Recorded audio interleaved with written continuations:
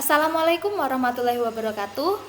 Kami dari kelompok 1 hari ini kami akan mempresentasikan materi tentang syariat. Yang mana di kelompok kami ini terdiri dari 3 orang. Yang pertama adalah saya, yaitu Zakiatul Ilmiah. Yang kedua Umi Mahfiroh, dan yang ketiga adalah Yuli Paramita. Di sini saya akan menjelaskan tentang definisi syariat. Yang pertama, syariat dalam arti sempit adalah hukum-hukum yang berdalil pasti dan tegas, yang tertera dalam Al-Quran, hadis yang sahih, atau yang ditetapkan oleh ijma. Dan yang kedua, syariat dalam arti luas adalah syariat Islam yang meliputi semua bidang hukum yang telah disusun dengan teratur oleh para ahli fikih dalam pendapat-pendapat fikihnya mengenai persoalan di masa mereka, atau yang mereka perkirakan akan terjadi kemudian, dengan mengambil dalil-dalilnya langsung dari Al-Quran dan Al-Hadis, atau sumber pengambilan hukum seperti ijma, qiyas, istihsan, istihab, dan maslahah mursalah. Selanjutnya, di sini saya akan menjelaskan tentang ruang lingkup syariat. Yang mana yang pertama adalah ibadah. Contohnya seperti toharoh, sholat, zakat, puasa, dan haji. Dan yang kedua adalah muamalah. Yang mana muamalah ini yang pertama ada al-kanunu ikhas dan al-kanunu i'am. Yang al-kanunu ihas atau hukum perdata yang meliputi hukum niaga, munakohah, hukum nikah, warosah, hukum waris, dan sebagainya. Dan al-kanunu i'am atau hukum publik yang meliputi jinayah, hukum pidana, khilafah, hukum kenegaraan, jihad, hukum perang, dan damai. Dan selanjutnya di sini ada tujuan syariat. Yang pertama adalah menjaga atau memelihara agama hifzuddin yang terdapat dalam surah Al-Maidah ayat 54. Dan yang kedua adalah menjaga jiwa hifzun nafsi yang terdapat dalam surah Al-Maidah ayat 32. Dan yang ketiga adalah menjaga akal hifzun akli yang terdapat dalam surah Al-Maidah ayat 90. Dan yang keempat adalah menjaga kehormatan hifzun art yang terdapat dalam surah Al-Maidah ayat 5. Dan yang terakhir adalah menjaga harta atau hifzun mal yang terdapat dalam surah Al-Maidah ayat 38. Selanjutnya, di sini terdapat definisi dan kedudukan kaidah fikih, yang mana definisinya adalah kaidah fikih terdiri dari 2 kata, yakni kaidah dan fikih. Yang kaidah kata mufrad yang jamaknya adalah qawaid dan menurut bahasa berarti dasar atau asas. Dan kata fikih berasal dari kata fikih yang berarti faham, yang menurut istilah adalah kumpulan hukum-hukum syara yang berkaitan dengan perbuatan mukallaf yang dikeluarkan dari dalil-dalil yang terperinci. Dan selanjutnya terdapat kedudukan dari kaidah fikih ini, yaitu adalah sebagai metode dalam mengambil sebuah hukum yang belum terdapat nasnya baik dalam Al-Quran maupun hadis. Oke, selanjutnya saya akan membahas tentang makna dan contoh dari kaidah fikih.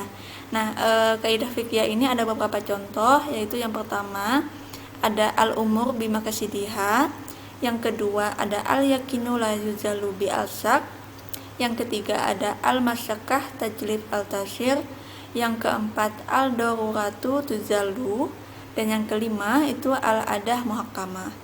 Nah, yang selanjutnya kita akan membahas yang pertama, yaitu al-umur bimakasidiha. Nah, secara etimologi, lafal al-umuru merupakan bentuk dari lafal al-amru yang berarti keadaan, kebutuhan, peristiwa, dan perbuatan. Jadi, lafal al-umuru bimakasidiha diartikan sebagai perbuatan dari salah satu anggota. Oke, selanjutnya, sedangkan menurut terminologi, itu berarti perbuatan dan tindakan mukallaf, baik ucapan atau tingkah laku yang dikenai hukum syara sesuai dengan maksud dari pekerjaan yang dilakukannya. Selanjutnya, ada kata makasid.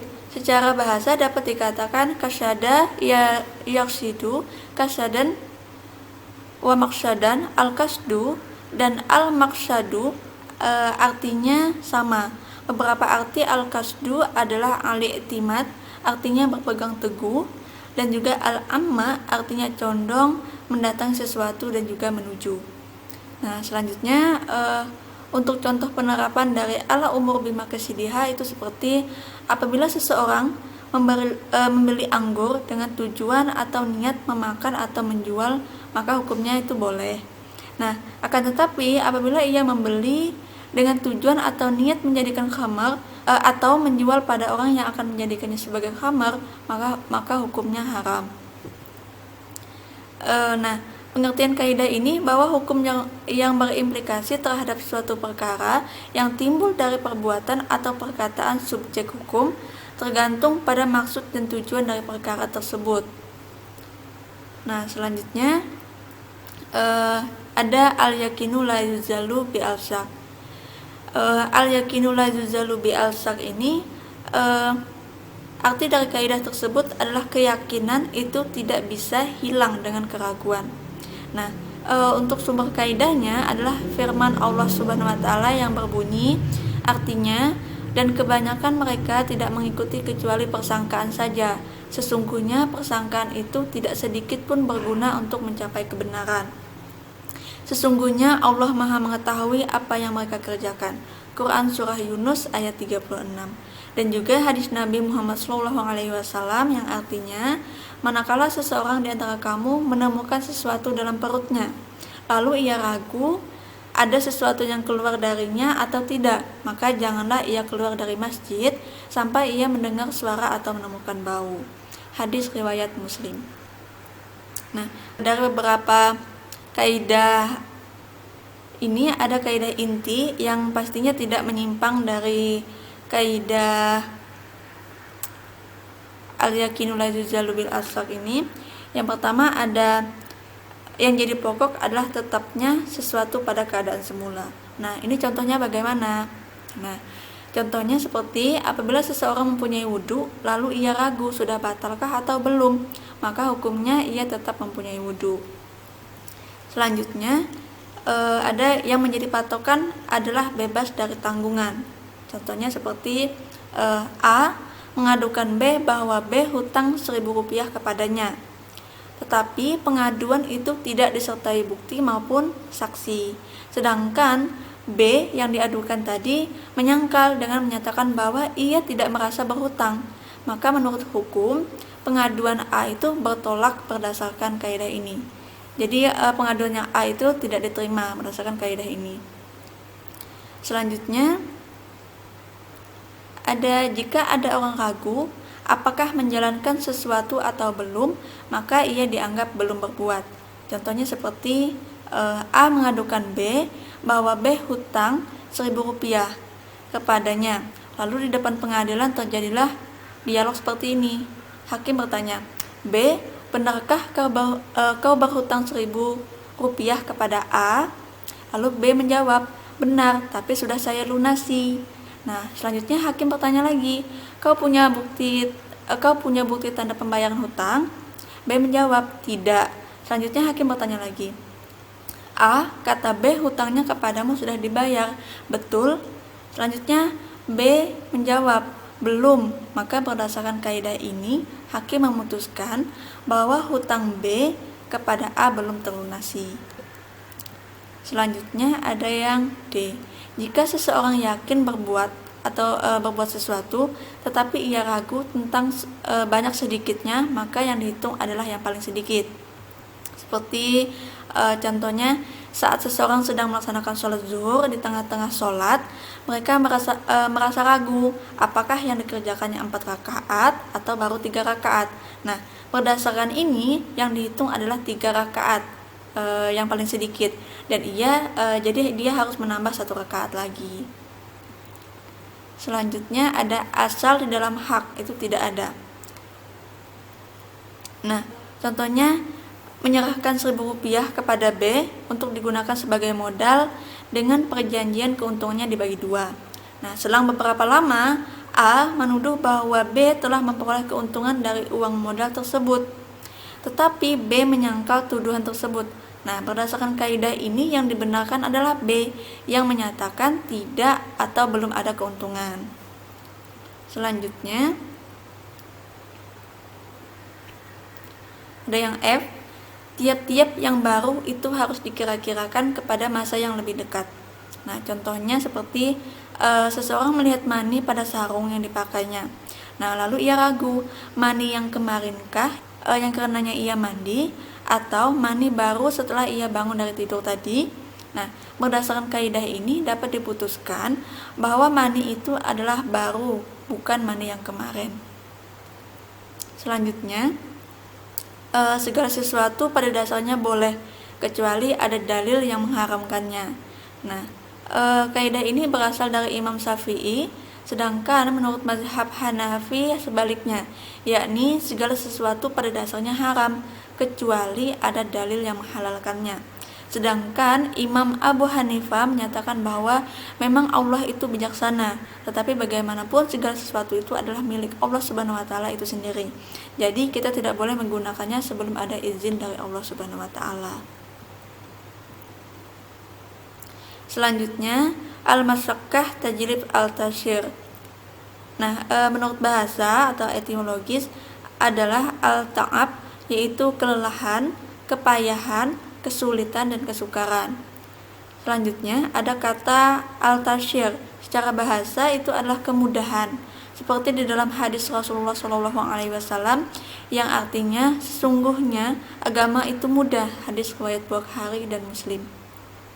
Nah, kaidah kesukaran itu dapat menarik kemudahan. Artinya dengan adanya kesukaran maka menyebabkan adanya suatu kemudahan. Dalam al-masyaqqah tajlib al-tasyir ini ada standar umum yang sebenarnya bukan kesukaran dan karenanya itu tidak menyebabkan kemudahan di dalam pelaksanaan ibadah itu. Contohnya seperti digigit semut pada waktu sholat, malas berzakat padahal mencapai nisab, atau terasa lapar apabila sedang berpuasa, seperti itu. Nah, dalam hal ini Dr. Wahbah Az-Zuhaili membagi al-masyaqqah atau kesukaran itu menjadi 3 tingkatan, yaitu yang pertama ada al-masyaqqah al-azimah, kesukaran yang sangat berat. Contohnya seperti kekhawatiran akan hilangnya jiwa atau rusaknya anggota badan, sehingga kita tidak bisa melaksanakan ibadah dengan sempurna. Nah, dengan adanya kesukaran ini maka akan membawa kemudahan. Selanjutnya ada al-masyaqqah al-mutawassitah, kesukaran yang pertengahan, tidak sangat berat juga tidak sangat ringan. Nah, contohnya seperti kesukaran semacam ini harus dipertimbangkan. Apabila lebih dekat kesukaran yang sangat berat, maka ada kemudahan di situ. Dan juga apabila lebih dekat kepada kesukaran yang ringan, maka ada kemudahan di situ. Nah, hal ini tergantung dengan kondisi seorang dalam berbagai pertimbangannya. Selanjutnya ada al-masyaqqah al-khafifah, yaitu kesukaran yang ringan. Nah, contohnya seperti terasa lapar waktu puasa, malah naik haji padahal sudah dikategorikan mampu, dan lain sebagainya. Nah, kesukaran seperti ini itu bisa ditanggulangi dengan mudah, yaitu dengan cara sabar dalam melaksanakan ibadah tersebut. Oke, sekian penjelasan dari saya. Selanjutnya akan dijelaskan oleh Ummi Maghfirah.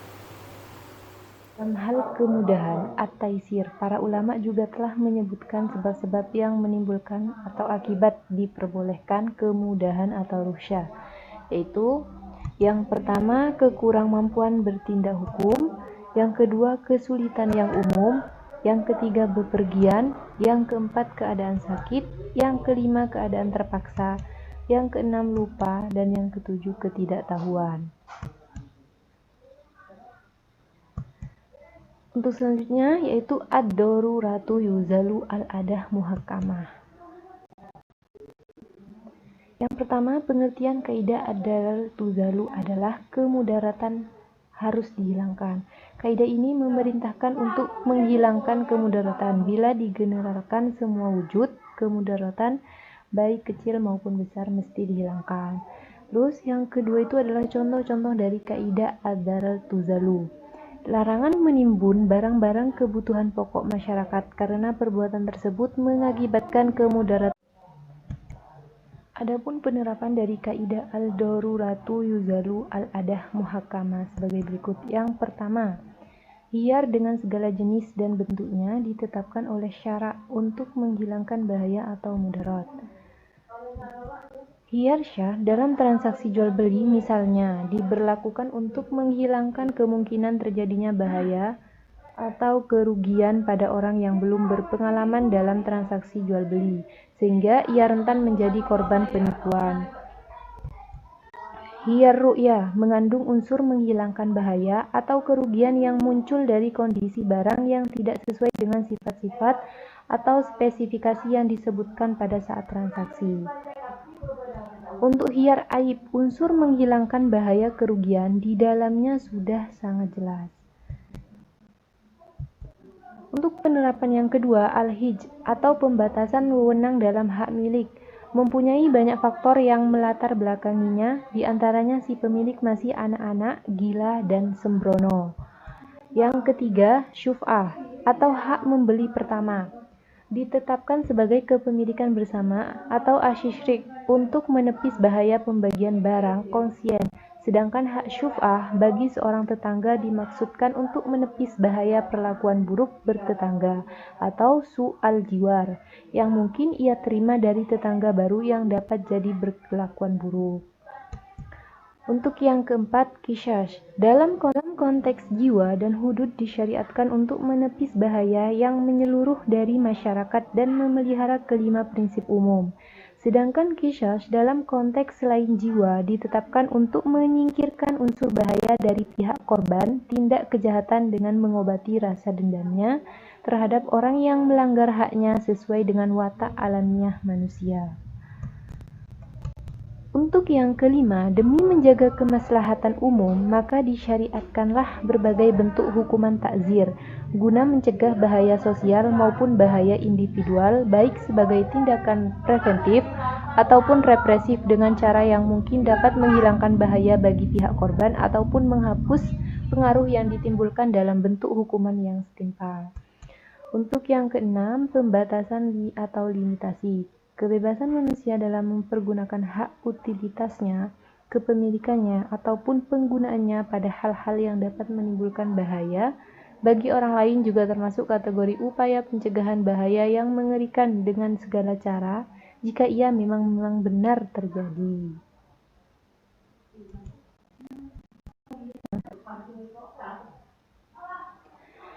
Yang keempat yaitu al-adah muhakkamah. Perkataan al-adah muhakkamah merupakan salah satu kaidah fikih yang digunakan para ahli ushul fikih untuk merumuskan atau menggali hukum Islam. Yang masuk dalam al-qawaid al-kubra di samping kaidah-kaidah al-umur bimaqasidiha atau amal-amal tergantung pada niatnya. Al-yakin la yuzalu bishisyak atau keyakinan tidak dapat dihilangkan dengan keraguan. Al-masyaqqah tajlibut taisir atau kesulitan mendorong kemudahan, dan ad-dararu yuzalu bahaya atau mudarat harus dihilangkan. Dan itulah materi syariat dari kelompok kami. Sekian, wassalamualaikum warahmatullahi wabarakatuh.